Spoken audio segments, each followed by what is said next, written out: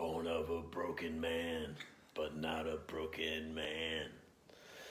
Compromise versus sacrifice. Who knows the song? So Hans is coming with a question this morning. Yes. Well, it's something that I know is one of the main distinctions in your work. And I think it's a great starting point to explore, which is compromise versus sacrifice. And last time I asked what's the difference, or when we were talking about it, you said, well, you could feel it. You can feel it when you've been compromising, and you feel when it's a sacrifice. And then I was thinking, well, if it's a feeling, one could argue that the feeling is the result of something. You know, the feeling is the result of compromising, or the feeling is the result of sacrificing. So it doesn't bring me any closer to understanding what is a compromise and what is a sacrifice, and why is the one bad and the other one good? Well, I don't know if I would put the labels bad and good on it, but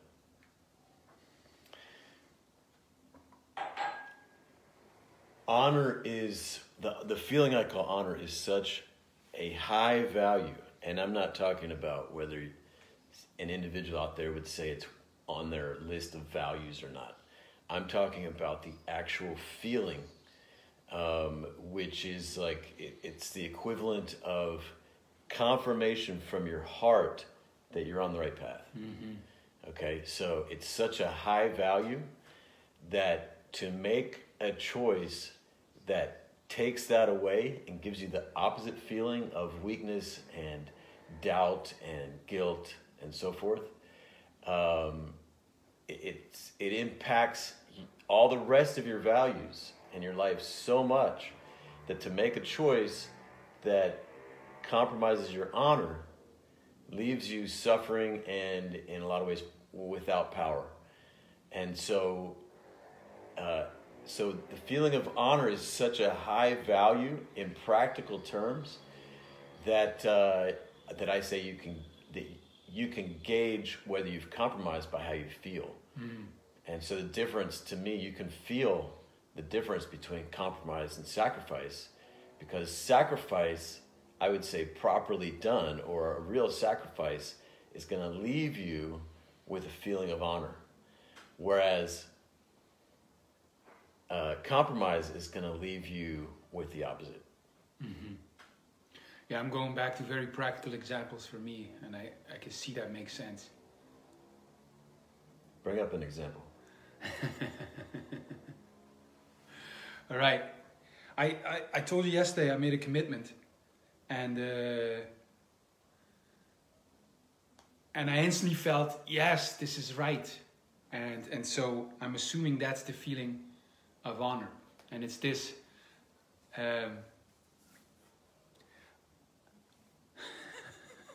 for all intents and purposes, one could say that I'm way more, for me, we're living together. And for me, the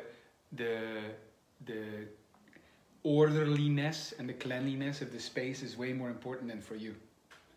And so I get irritated by certain things, and then I nag about it.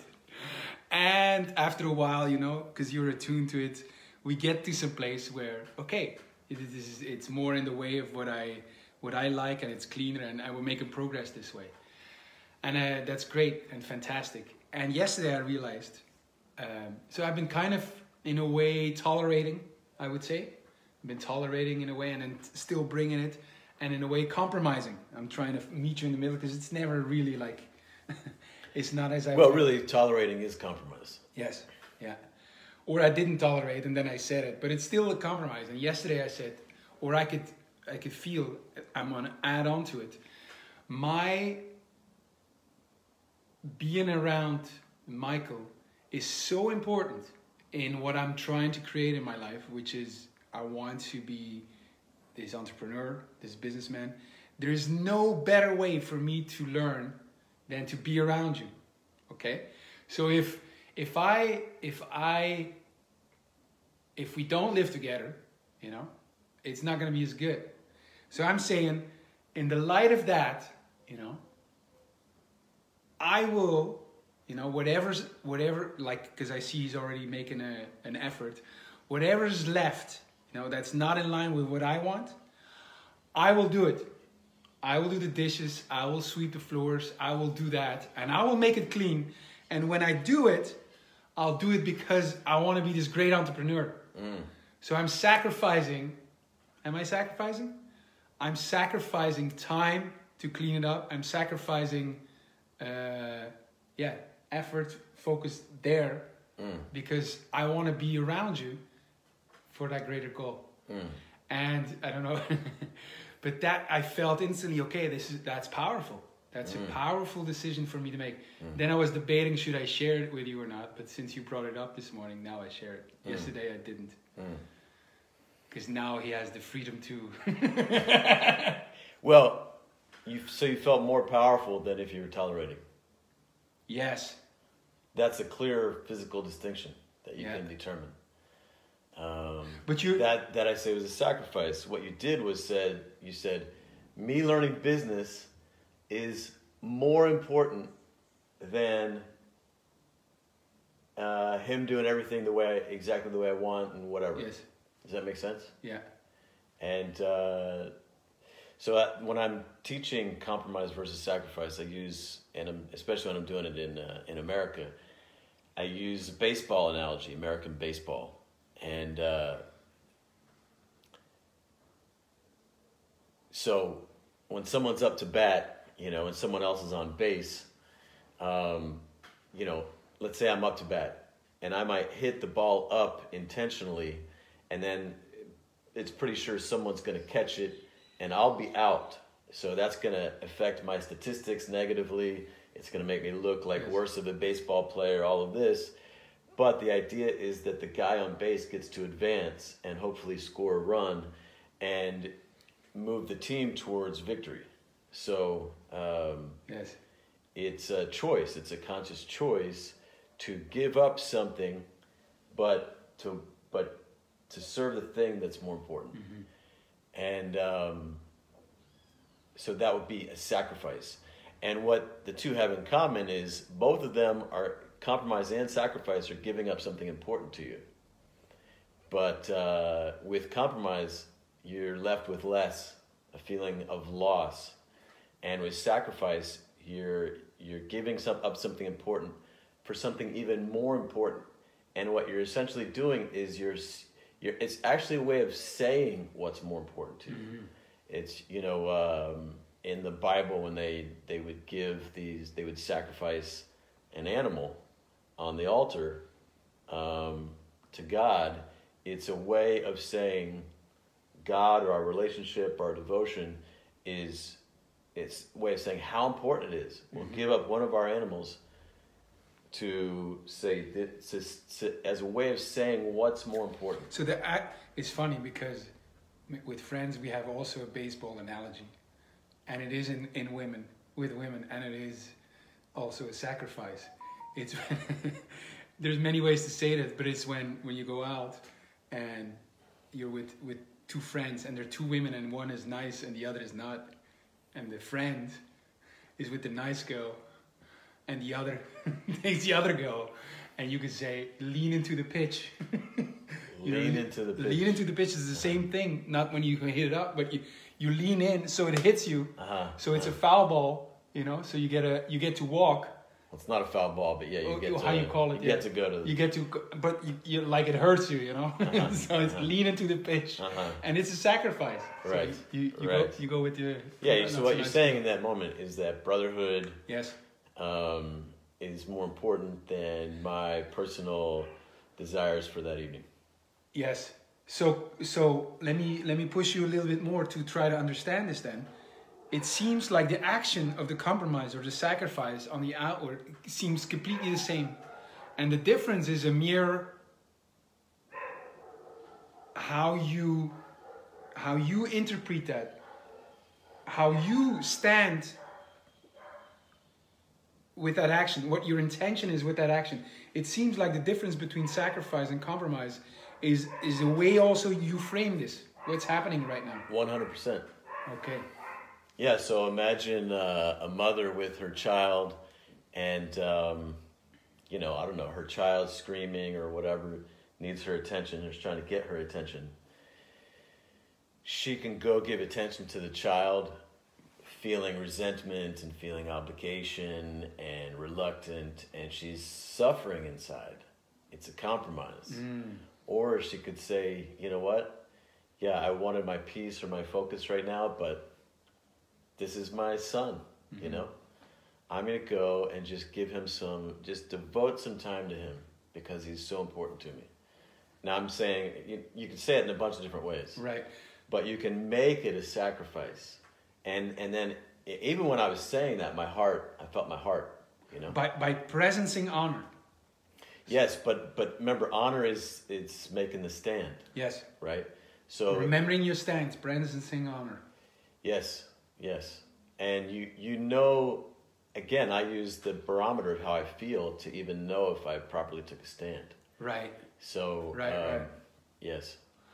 And if you feel like you're compromising, it's not like you not have to say, oh, that was a compromise and I should have a sacrifice. What you could say is like, it feels like a compromise.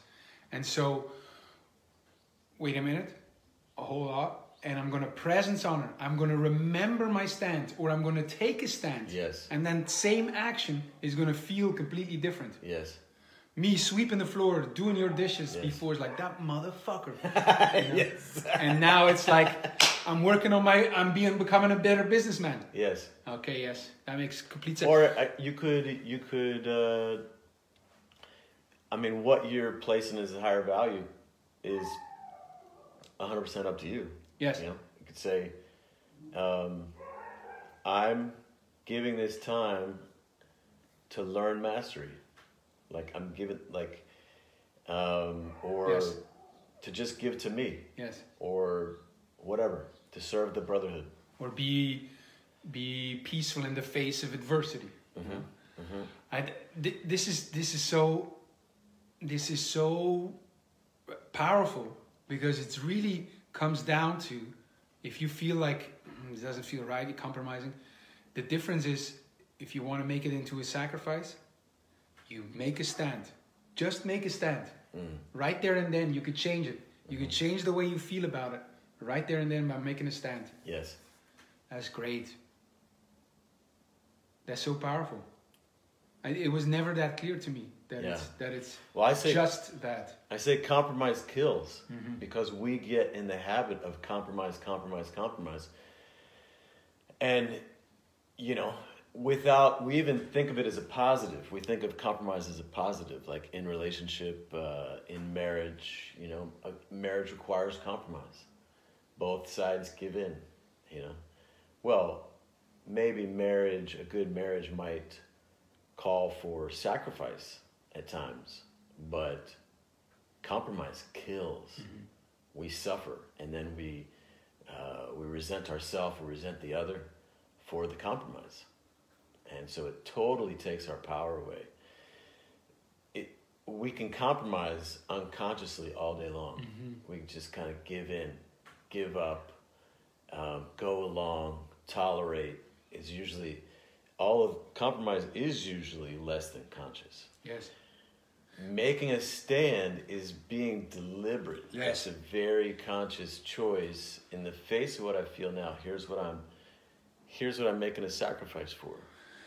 That's great, you know, because to me it's much clearer now that making a stand is the actionable thing to do, you know?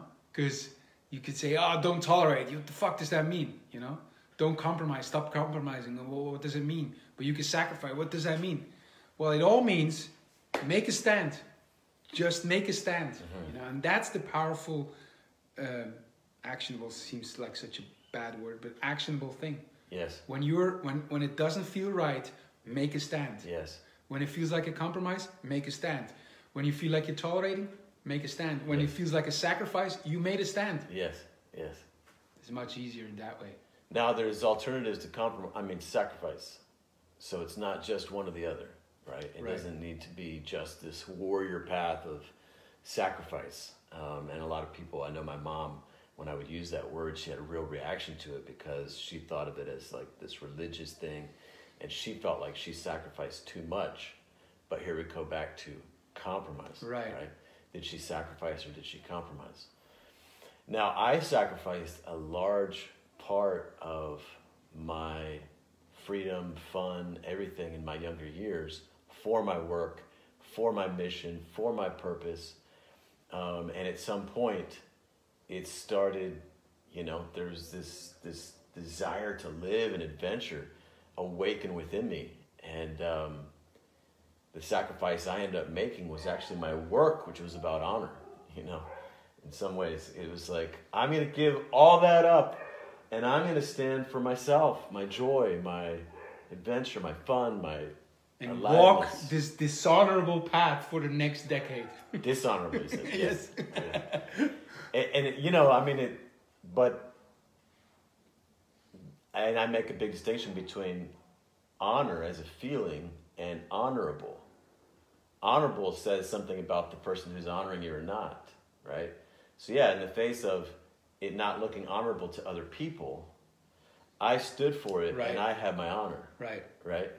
And this is another big distinction, because a lot of people are doing what they think is honorable, what they think they might or might not be honored for. Right. And this often is a lot more about image and acceptance than it is about honor. Exactly. Because, you go back to the feeling. It's your own feeling is going to tell you if you presenced honor for yourself.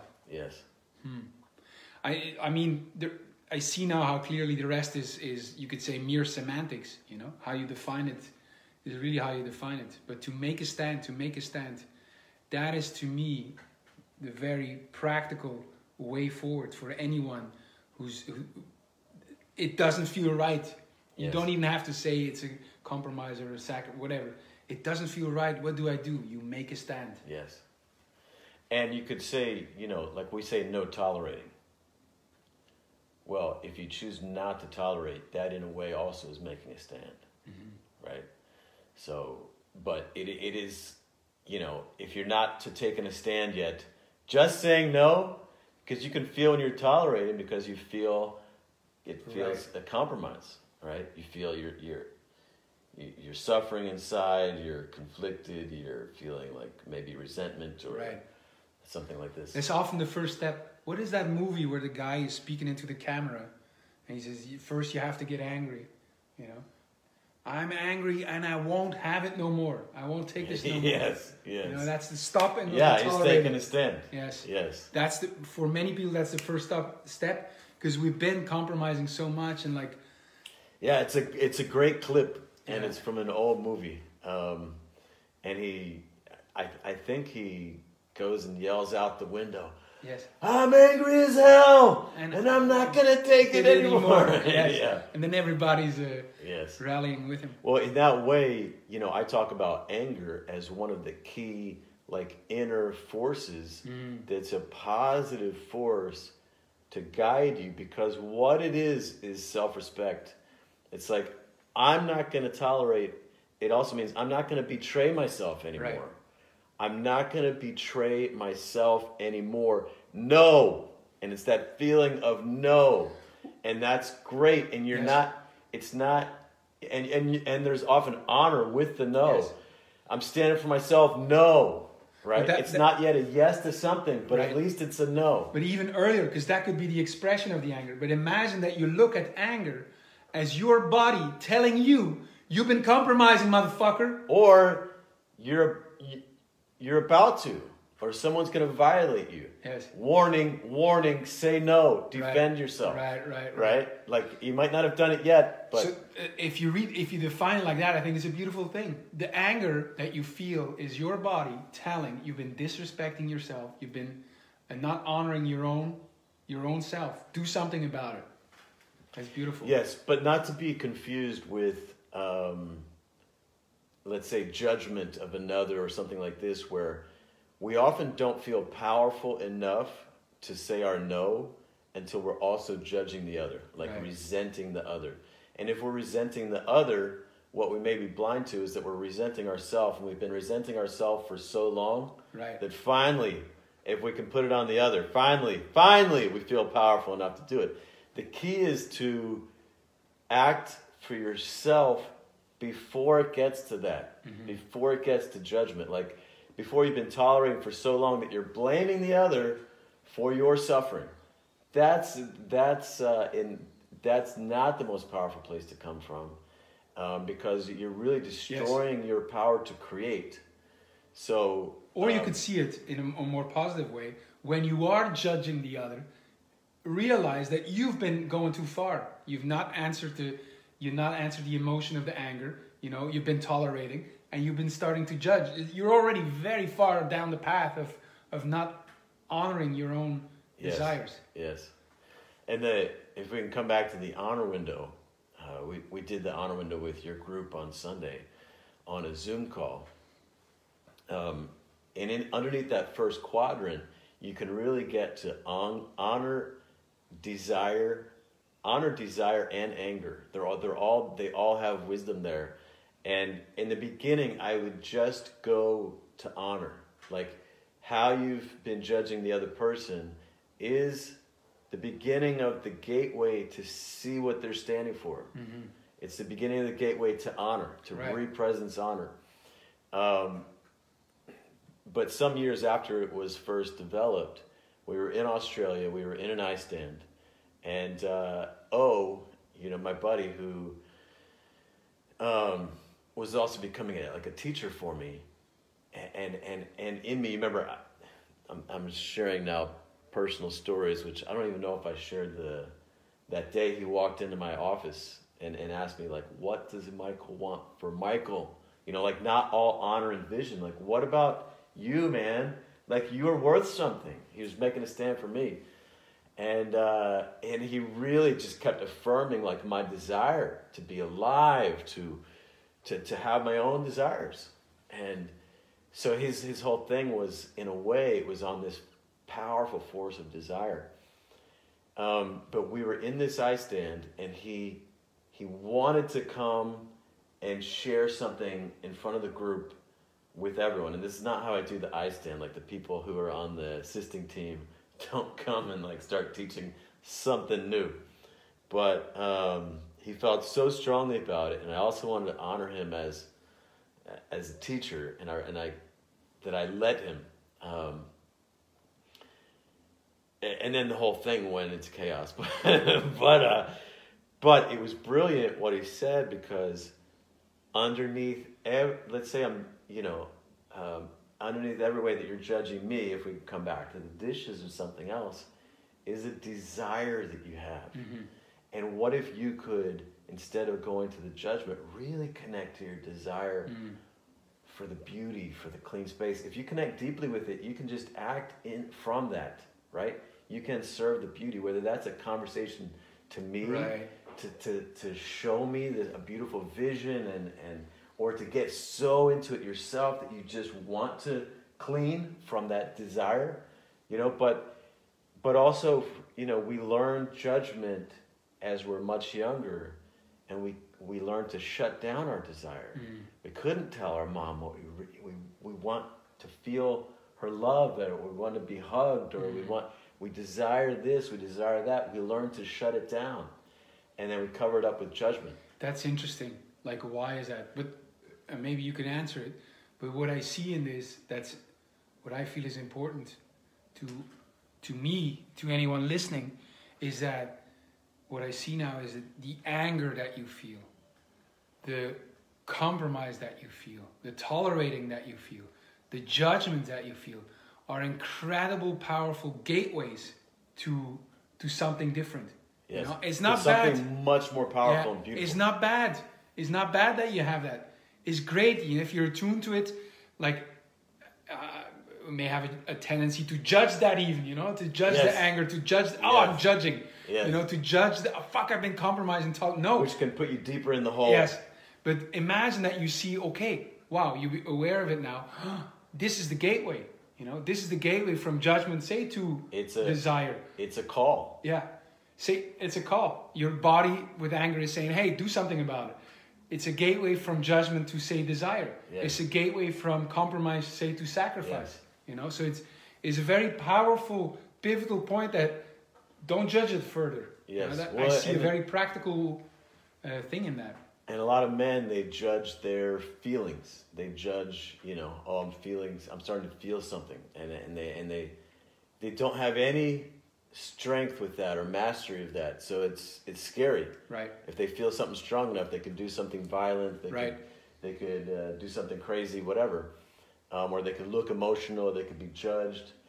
But these feelings, there's such an intelligence there that can lead us to being powerful self-leaders, leaders, and creators in life, if we can tune into this and view it as a call to... Well, anger is a great example, because I argued before that anger is a bigger taboo than sex.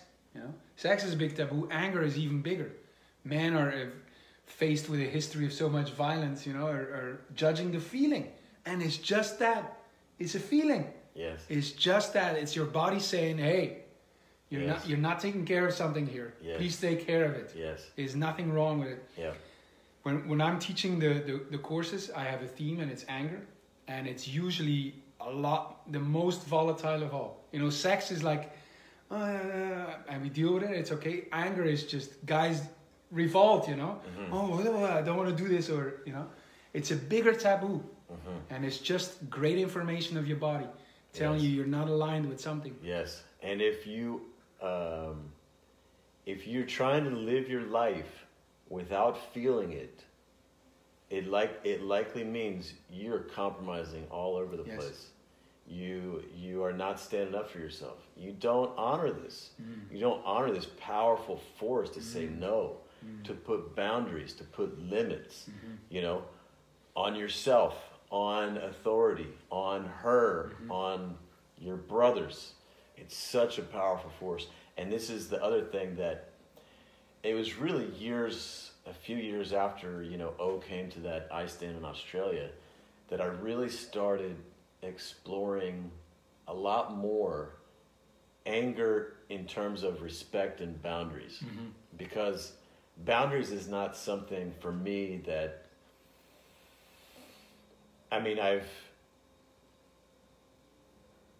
I've pretty much always in my life, I've been the no, I'm not going to tolerate, I'm not going to compromise.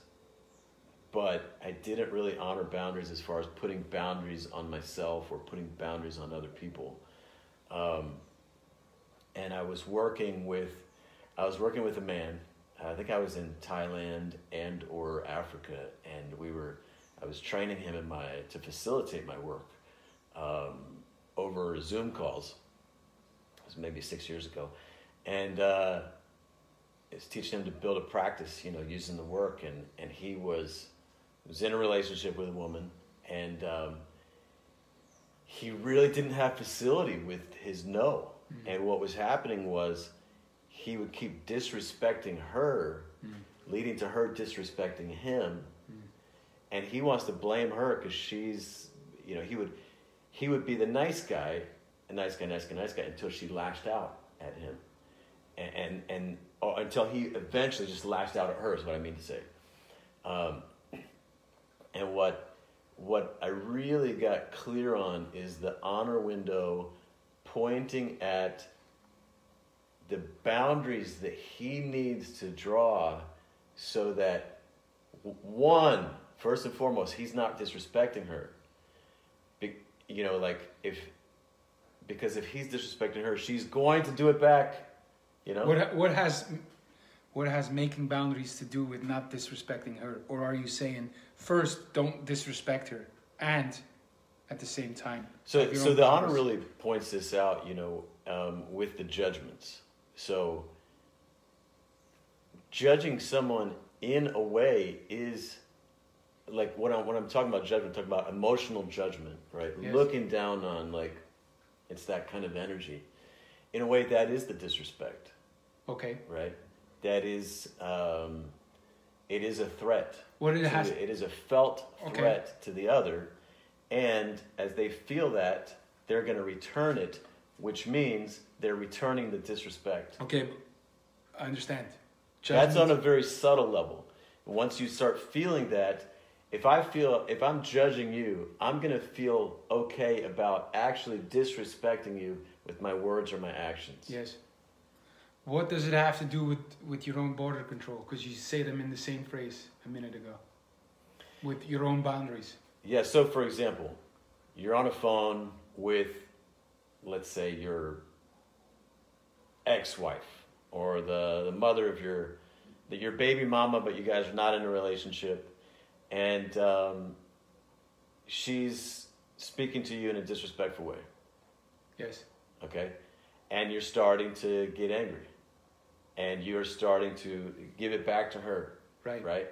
And this is going to escalate. Now, if you're going to lead this situation, like, first you need to, like, know, yes, you want to put boundaries on her.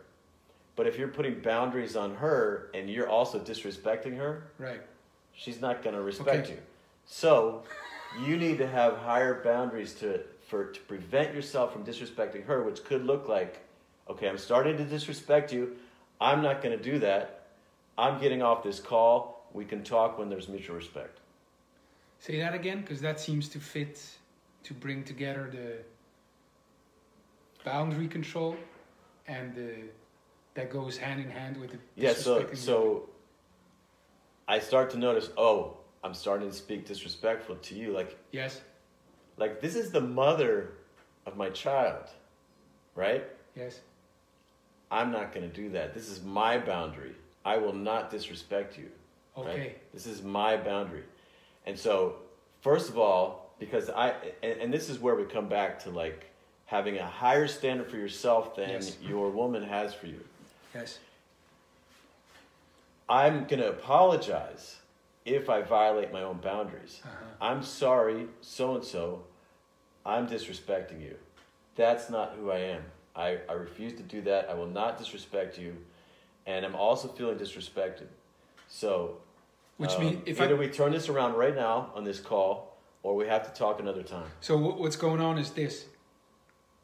I sense I'm judging you, disrespecting you. I'm putting a clear border or boundary. This is I see that I'm going across a border that I don't want to cross, you know.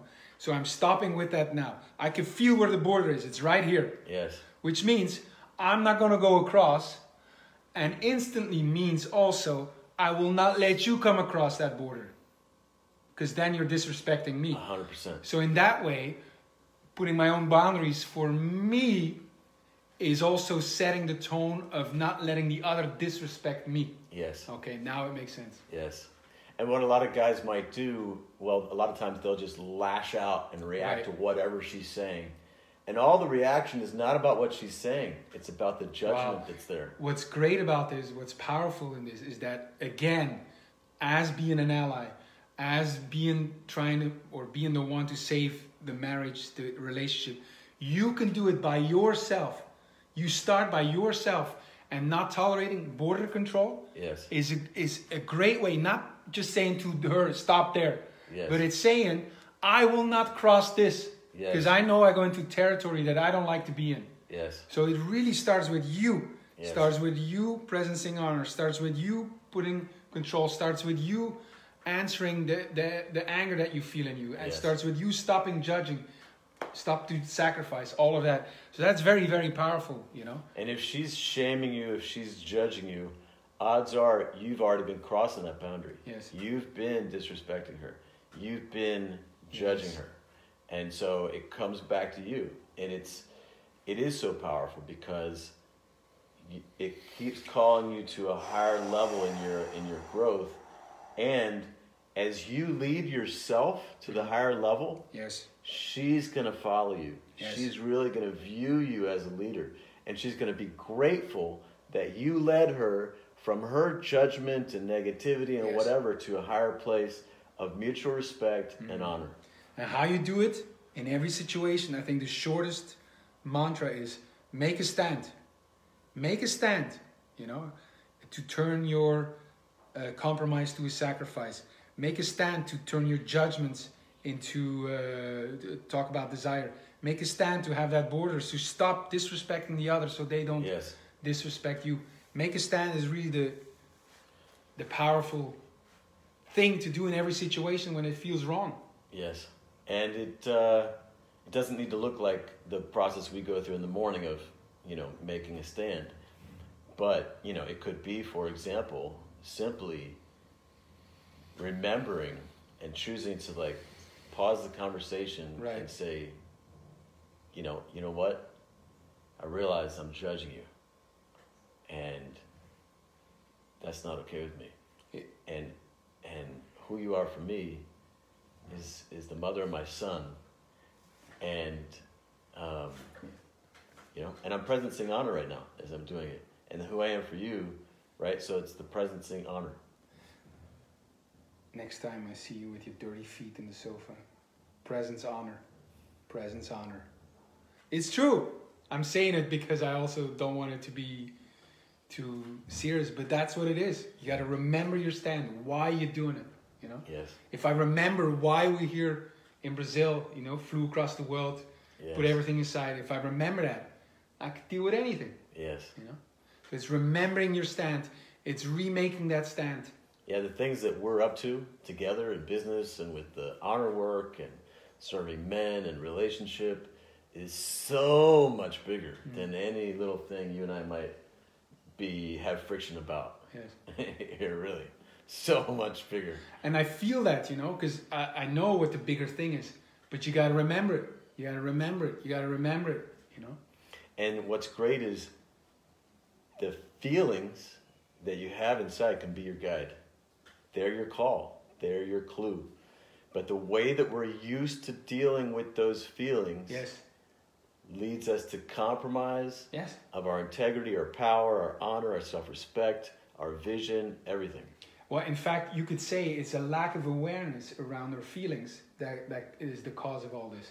And being aware of how you feel really is the first step in recognizing what's going on for you, what's needed to do. Yes. And I'll just say, it's actually the opposite of the way we're trained. Yeah. Most of us, for most of our life, in most contexts, we're trained for compromise, tolerating, obedience, and to go along with stuff that is not okay with us. Yes. That does not line up with our values, Disregard, our desires, and our vision. Disregard how you feel. Do as we say. Yes. Wow. It's really revolutionary. Imagine that the whole world was really supported and trained in honoring their inner guidance. Imagine the shit we wouldn't put up with as human beings. We walk into the street, rebel, let's go! That's great. That's fantastic. I'm happy we clarified for me compromise versus sacrifice. I see it's in a way semantic difference. And the way forward is really making a stand, remembering your stand, taking a stand again. That's what I see as the very powerful. Well, I'm not sure what you mean forward. when you say semantic difference. People often, when they say it's just semantics, meaning it's the words are different, but it doesn't really matter. Well, because it's kind of the opposite of what's true. Is that what we're pointing at really, really matters. Yeah, it's a very fine distinction, but it really fucking matters. Yes.